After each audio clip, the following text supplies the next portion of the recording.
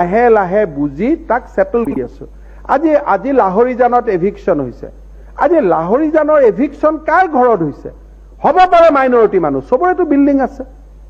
তেওঁ কিয় চৰকাৰী ঘৰত বহিব? আবেদন কৰক, এপ্লাই কৰক। That is a 6th schedule council, tribal area. Tribal এৰিয়াত কিয় বহিব লাগে? তোমাৰ যদি পইচা আছে তুমি মৰিগাঁৱত মাটি কিনা, নগাঁৱত মাটি কিনা।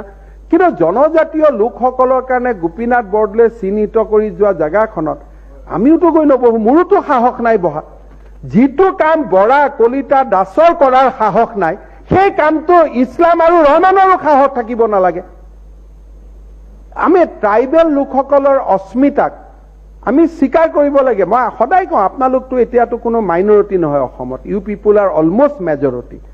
আগৰ কথা বেলেগ আছিল, এতিয়াতো with 35% people, all the minorities are actually majority. আৰু আপোনালোকে যদি অসমৰ জনজাতীয়সকলৰ কথা চিন্তা নকৰে, কোনে চিন্তা কৰিব? আপোনালোকতো আজি equally you are in the power. আজি বিৰোধী দলপতি, বিৰোধী আসন, মেক্সিমাম বিধায়কৰ আসনটো আপোনালোকে দখল কৰি বহি আছে।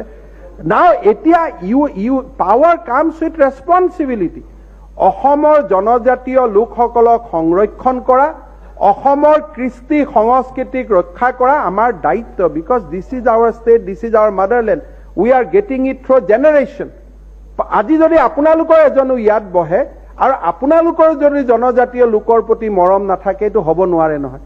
গতিকে কাৰ্বি আলঙত যদি কোনো দাস, কলিতা, বৰ্মনে কেতিয়াও মাটি দখল কৰিব নাযায়, গগৈ, চুটিয়াই, তে আমি ৰহমান, ইছলাম সকলো যাব নালাগে। আৰু যি তেওঁলোক নিজেও নাযায়, কোনোবাই লৈ যায়, আমি বুজাব লাগে যে চা, হাফলং, ডিফু, বিটিয়াৰ এইখিনি এটা 6th শিডিউল ট্ৰাইবেল চাব প্লেন, তাত নাযাব ভাই, বেলেগ জেগাত যাওকচোন।